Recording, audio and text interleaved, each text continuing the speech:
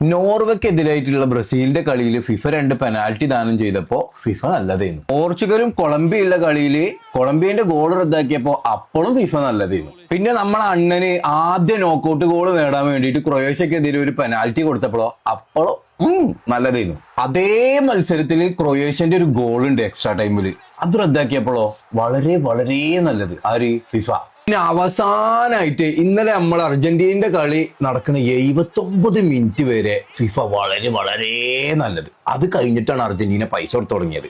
അത് മുതൽ അങ്ങോട്ട് ഫിഫ ഭയങ്കര പ്രശ്നത്തിലാണ്. കരച്ചില് എന്നൊക്കെ പറഞ്ഞിട്ടുണ്ടല്ലോ, ജാതി കരച്ചിലാണ്. ഈ ചെങ്ങായിമാര് കരഞ്ഞു കണ്ടുണ്ടല്ലോ. ഇന്നലെ മുതൽ രാത്രി മുതൽ പെരുമയ. ഇനി അർജന്റീന ഫാൻസിനോടാണ്, ഇവരോട് തർക്കിച്ചിട്ടും വാദിച്ചിട്ടൊന്നും ഒരു കാര്യമില്ല ചെങ്ങായിമാരെ. ഈ മഞ്ഞപ്പിത്തുള്ള ആൾക്കാർക്ക് കാണുന്ന മുഴുവൻ മഞ്ഞാറണമാർക്കാണ്. ഈ ചെങ്ങായിമാർക്ക് എന്ത് കണ്ടു കഴിഞ്ഞാലും അർജന്റീനക്കെതിരെ പ്രശ്നമായിരിക്കും. അർജന്റീന ഗോൾ അടിച്ചാ പ്രശ്നം, ഗോൾ അടിച്ചിട്ടില്ലെങ്കിൽ പ്രശ്നം, ജയിച്ചാ പ്രശ്നം, ജയിച്ചിട്ടില്ലെങ്കിൽ പ്രശ്നം, കപ്പടിച്ചാ പ്രശ്നം, കപ്പടിച്ചിട്ടില്ലെങ്കിൽ പ്രശ്നം.